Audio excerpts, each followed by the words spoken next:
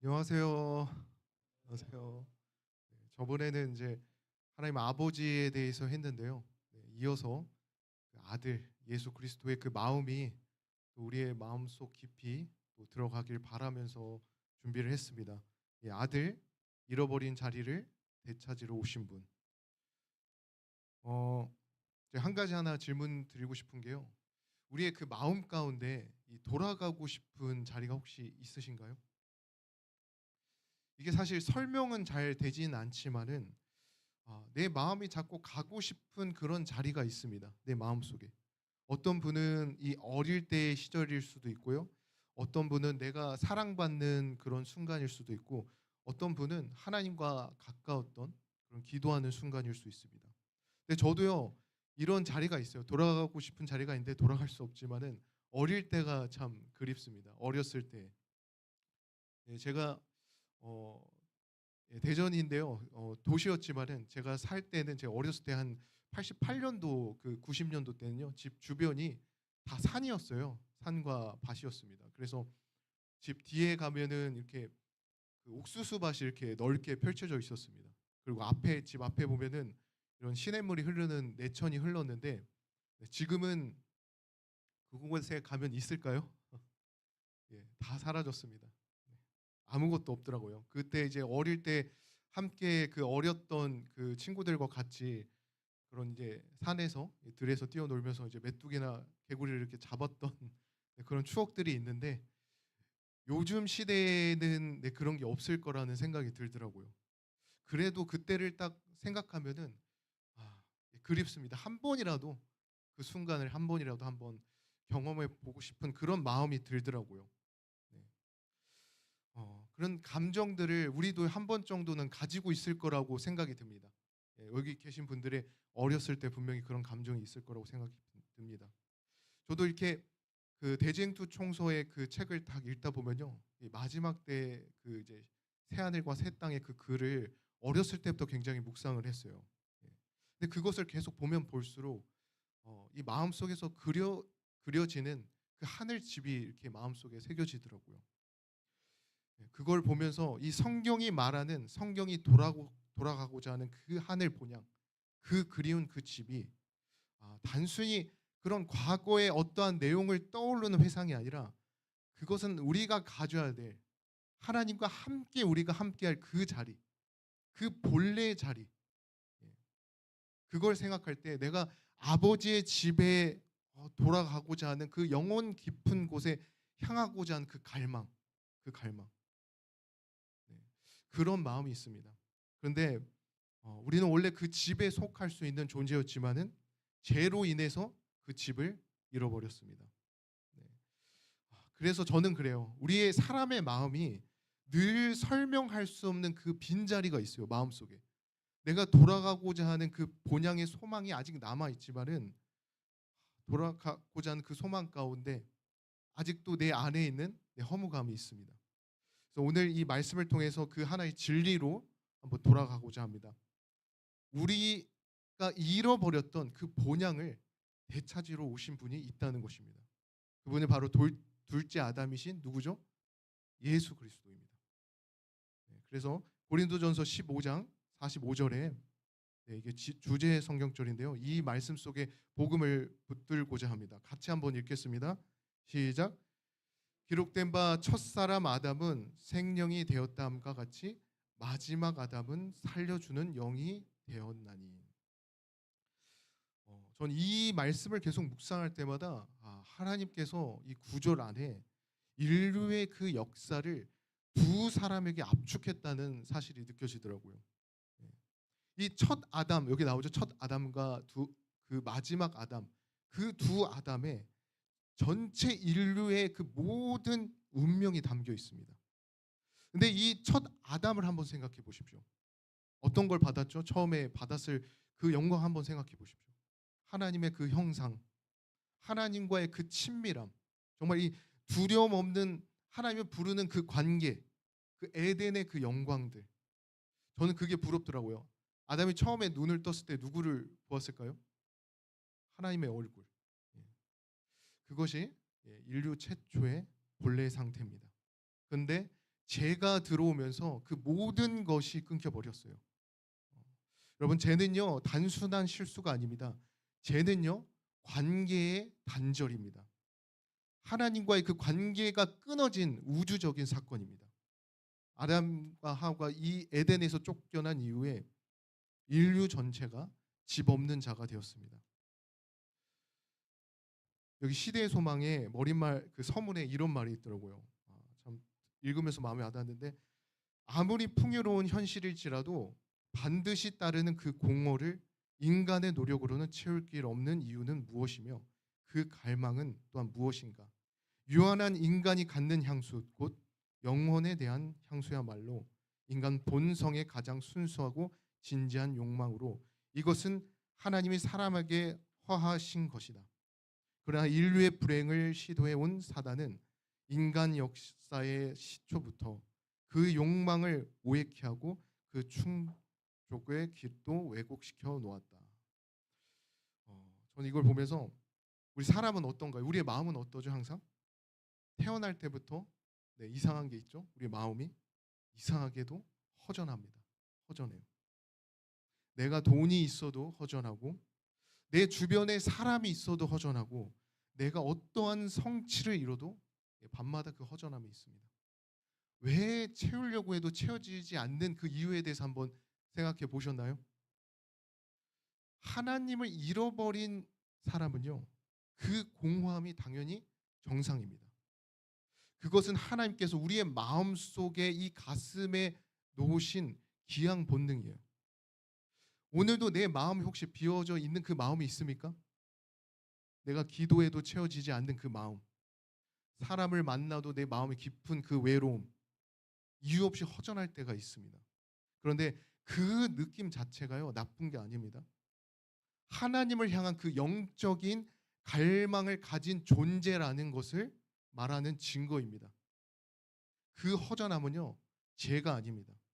그것은 하나님께서 우리 안에, 우리 가슴에 새겨놓은, 남겨놓은 하늘을 향한 기양 본능이에요. 영혼이 진짜 그 원하는 그 방향, 어떤 방향이죠? 근데 그 하나님께 향하고자 하는 그 방향을 벗어나면요, 아무리 우리가 그 어떤 것을 가진다고 해도요 채워질까요? 채워지지 않습니다. 이 세상에요 나를 흥분시키고 채울 수 있는 다양한 것들이 많아요. 우리가 핸드폰만 봐도요 광고가 끊임없이 나옵니다. 요새 어린 아이들도 한 3살, 5살 아이들도 유튜브를 하잖아요. 그런 걸 보면서 잠시 잠깐은 그 어떠한 것도 흥분시킬 수 있어도요, 그 내 안에는 그 영혼의 빈자리는 그 어떤 것도 채울 수가 없습니다. 결국 인간의 허무는 뭐죠? 가진 것이 부족해서가 아니라 영혼이 있어야 될 그 자리를 잃어버렸기 때문에 생기는 것이 허무입니다. 이 허문 가운데 우리 사람들은 뭐를 하죠? 끊임없이 시도하는 게 있어요. 더 뭔가 내가 착하게 살면은 채워질 것 같고, 더 열심히 내가 뭔가 봉사하면 될 것 같고, 더 많이 하나님께 기도하면서 울면은 하나님이 받아주실 것 같고. 근데 그 중에 종교가 어떤 거죠? 종교가 그 인간의 그 간격을 메워보려는 굉장히 진지한 시도입니다. 어떤 종교는요 뭐 하죠? 도덕으로 채워보려고 합니다. 그리고 어떤 종교는 끊임없이 수행을 하면서 채우려고 합니다. 어떤 종교는 철학으로 그 깊은 그 골짜기를 채우려고 합니다. 교회라고 다를까요? 똑같습니다.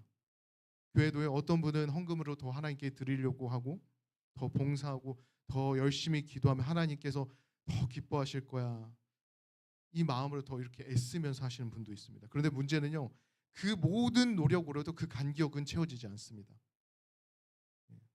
죄로 벌어진 그 골짜기는요 인간의 노력으로 절대 건널 수 없습니다. 아무리 싸워도요 그 다리를 건널 수가 없고, 아무리 울어도 그 간격은 줄어들지 않습니다. 아무리 내가 선행을 해도요 그 단절은 해결되지 않습니다. 여기 이런 말이 있습니다. 시대의 소망에, 사람이 자신의 행위로 자신을 구원할 수 있다고 하는 원칙은 모든 이방인의 종교의 기초에 놓여 있다. 사탄이 이 원칙을 심어 놓았다. 이런 원칙이 신봉되는 곳에서는 어디서나 사람은 죄를 막을 방법을 가지지 못하게 된다. 사탄은 땅과 하늘 사이에 깊고 건널 수 없는 시면을 만들기 위해 힘써 왔었다. 그러나 하나님께서는 세상을 멸망시키는 대신에 세상을 구원하시려고 그의 아들을 보내셨다. 네. 참 이 첫 그 구절을 딱 보면서 이게 사람의 비극이구나라는 생각이 들었습니다. 나는 건너고 싶지만 스스로 건널 수 없는 존재라는 것입니다. 그래서 사람은요 평생 내가 조금만 더 나아지면, 조금만 내가 더 좋아지면, 내가 조금만 더 열심히 하면은 생각하지만 그 절벽 앞에서 계속 맴돕니다. 그러나 저는요 그 절벽에 있다고 해서 끝이 아니라고 생각들어요. 복음이라는 게 그 절벽 앞에서 저는 시작된다고 생각합니다. 하나님은요 우리에게 어떤 그 방법을 보내신 게 아니라 사람을 보내셨습니다. 가르침을 우리에게 보내신 것보다도요 구원자를 보내셨어요. 지도를 준 것이 아니라 길 자체를 우리에게 주셨습니다. 인간이 넘어설 수 없는 그 간격을 메우기 위해서 하나님은 결국 누구를 보내셨죠? 아들을 보내셨습니다. 예수 그리스도를 보내셨습니다. 예수님은요 단지 그 길을 우리에게 가르치려고만 오신 분이 아니에요. 그분 자체가 길이 되신 분입니다. 다리는요 만들어지려면 어떻게 해야 되죠? 양쪽이 서로 닿아야 되잖아요. 그분은 우리에게 닿기 위해서 뭐가 되셨죠? 사람이 되셨잖아요. 그리고 하늘에 닿기 위해서 하나님으로 내려오셨잖아요. 바로 여기에 뭐가 있죠? 성육신의 신비가 있습니다. 영원하신 그 하나님의 아버지께서 그 하나님의 그 아들이 사람의 품에서 태어났고 구유에 놓으셨으며 그 은하계의 별을 창조하신 분이 정말 이 무한하신 분이 유한한 몸으로 우리에게 오셨습니다. 여기 이런 성경이 있죠. 요한복음 1장 14절입니다. 말씀이 육신이 되어 우리 가운데 거하심에 우리가 그의 영광을 보니 아버지의 독생자의 영광이요 은혜와 진리가 충만하더라. 여러분 우리가 잘 아는 이야기 중에 야곱의 사닥다리를 기억하시죠? 창세기 28장에 나오는 이야기인데 야곱이 이렇게 도망치다가 그 돌 베개를 이렇게 베고 자는데 그 밤중에 꿈에서 사닥다리를 보게 됩니다.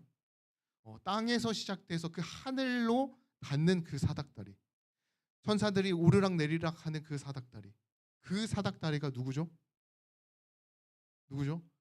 예수 그리스도죠. 이런 말이 있습니다. 그의 꿈 가운데 그에게 나타난 신비스러운 사닥다리는 그리스도께서 나 다니엘의 대화 가운데서 언급하신 것과 동일한 것이었다. 사람이 하나님의 정보에 반역하기 전까지는 하나님과 사람 사이에 자유스러운 교통이 있었다. 그러나 아담과 하와의 죄가 하늘과 땅을 분리시켰으므로 사람은 창조주와 교통할 수 없었다. 그러나 세상은 소망 없는 상태로 혼자 내버려지지 않았다. 그 사닥다리는 하나님께 정하신 교통의 매개인 예수님을 나타낸다. 만일 그분께서 자신의 공로로 제가 만든 깊은 구렁에 다리를 놓지 않으셨다면 섬기는 천사들이 타락한 인류와 교통할 수 없었을 것이다. 그리스도께서는 연약하고 절망적인 인생을 무한한 능력으로, 무한한 능력의 근원과 연결시킨다. 이 사닥다리는요, 이 길은요, 우리가 올라가야 하는 것이 아닙니다. 이미 내려와 있는 사닥다리예요.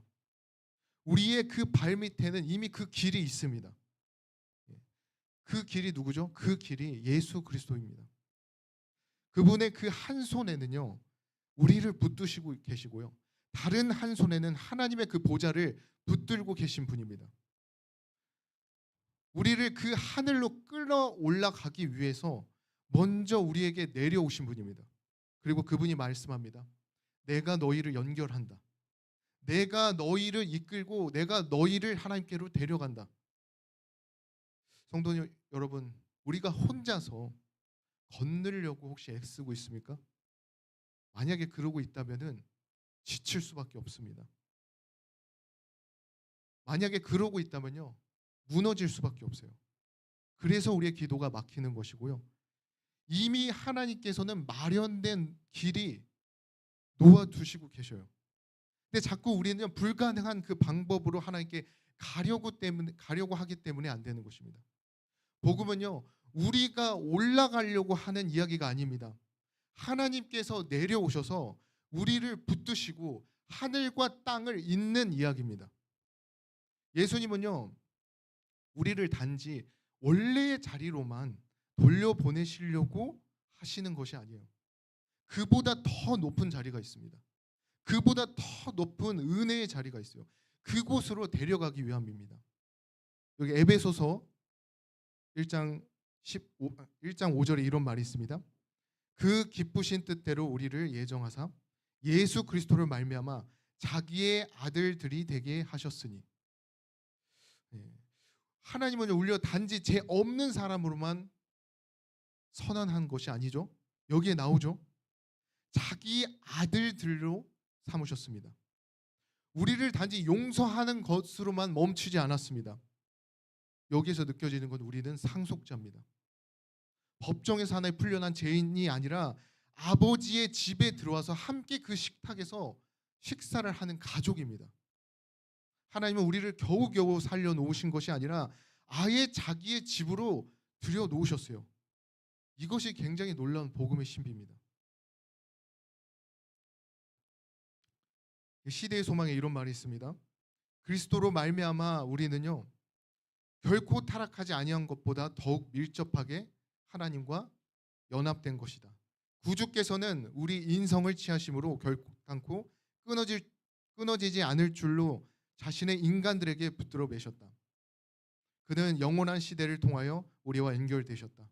신성이 인성을 필요로 했다. 왜냐하면 하나님께서 세상을 구원하시기 위해서는 신성과 인성이 다 필요했기 때문이다.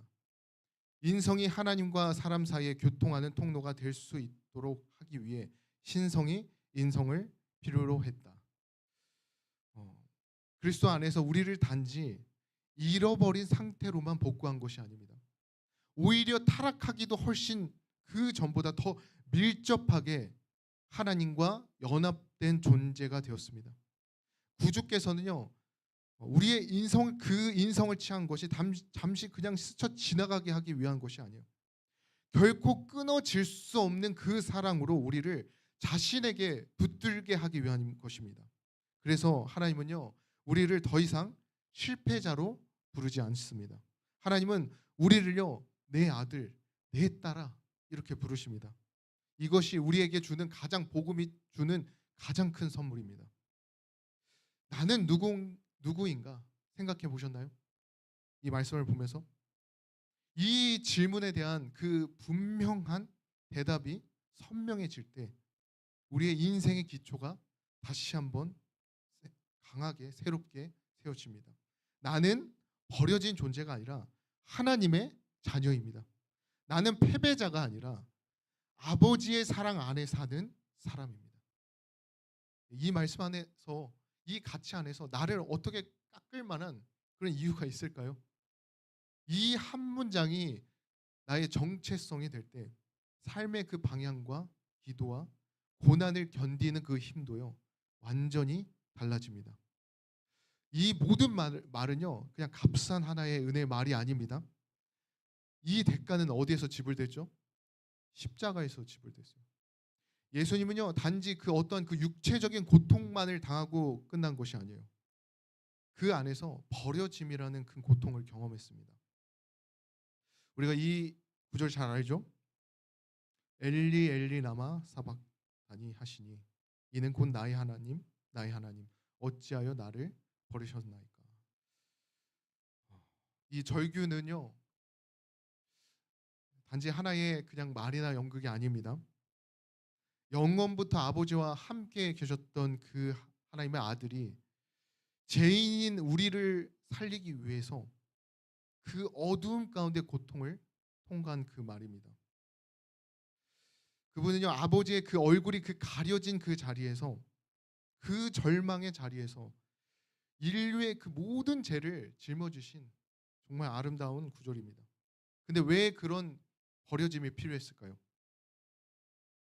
우리가 다시는 그 버려짐을 경험하지 않기 위해서 예수님께서 고난을 당하신 것입니다. 여러분, 우리가 평생 고통스러운, 우리가 평생 두려워하는 것 중에 하나가요, 누군가에게 버림을 받는다는 거예요. 내가 하나님께 버려진 것이 아닐까 하는 그 공포를요, 예수님께서는요 이미 십자가에서 대신 받으셨습니다. 그러므로 그분 안에 계신 모든 분들은 결코 버려진 자가 아닙니다.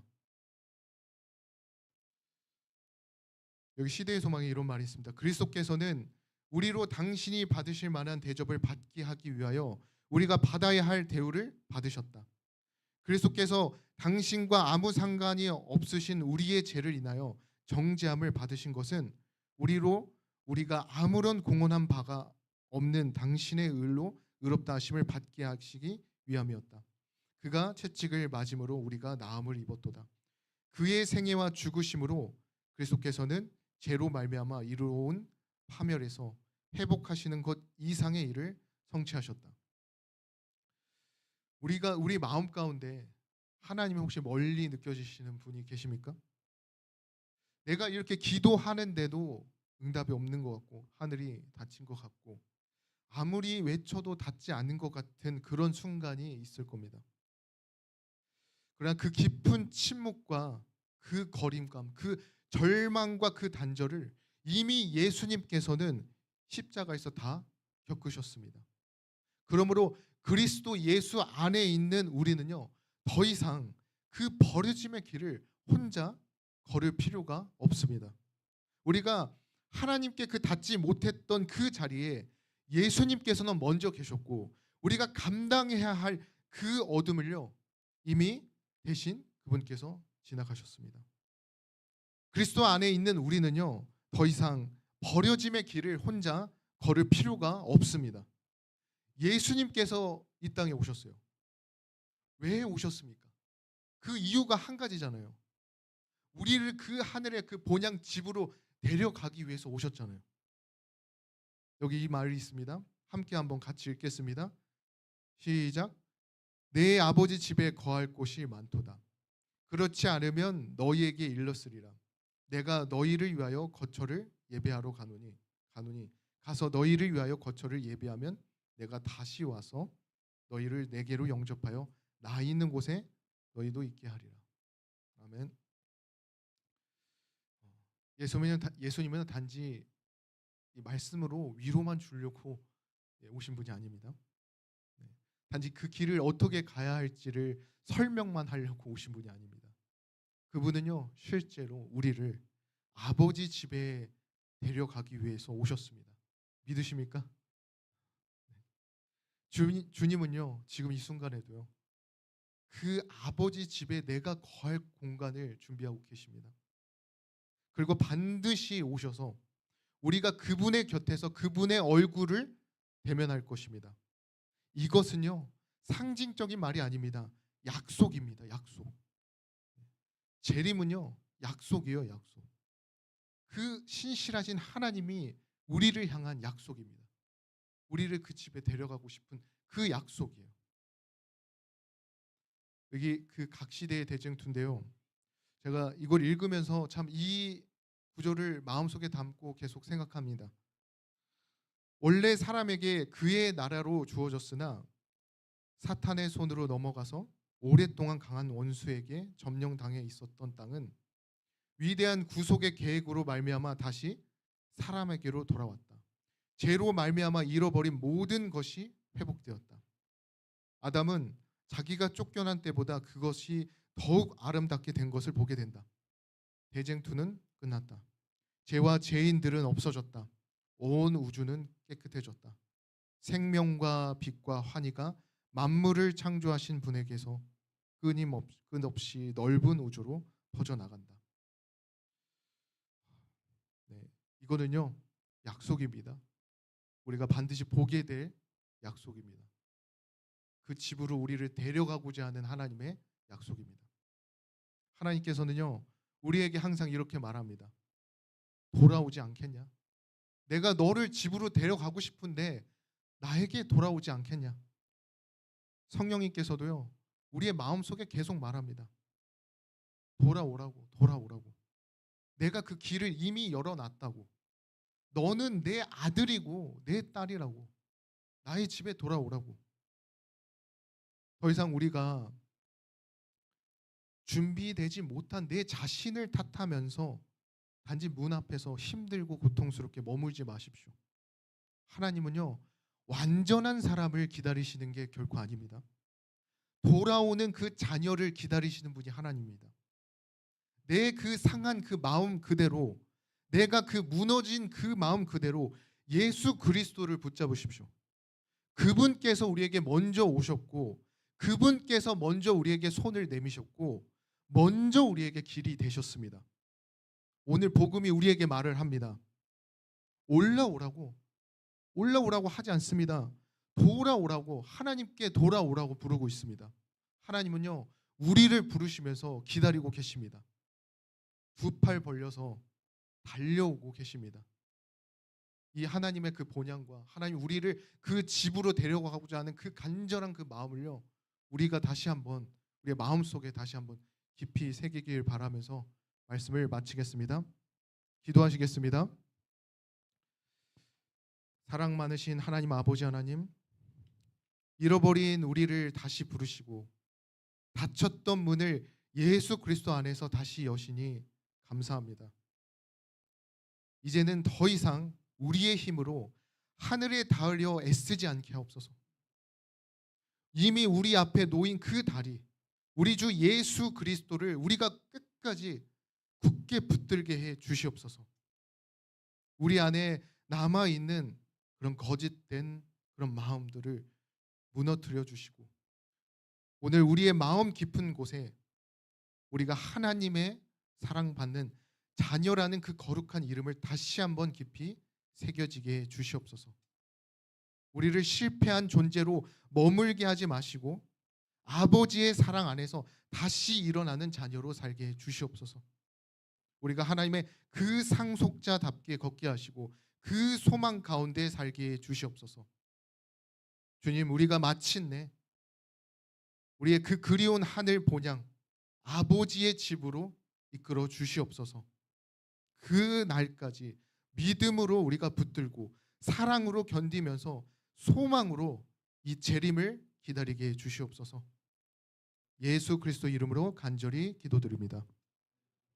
묵상으로 예배 마치겠습니다.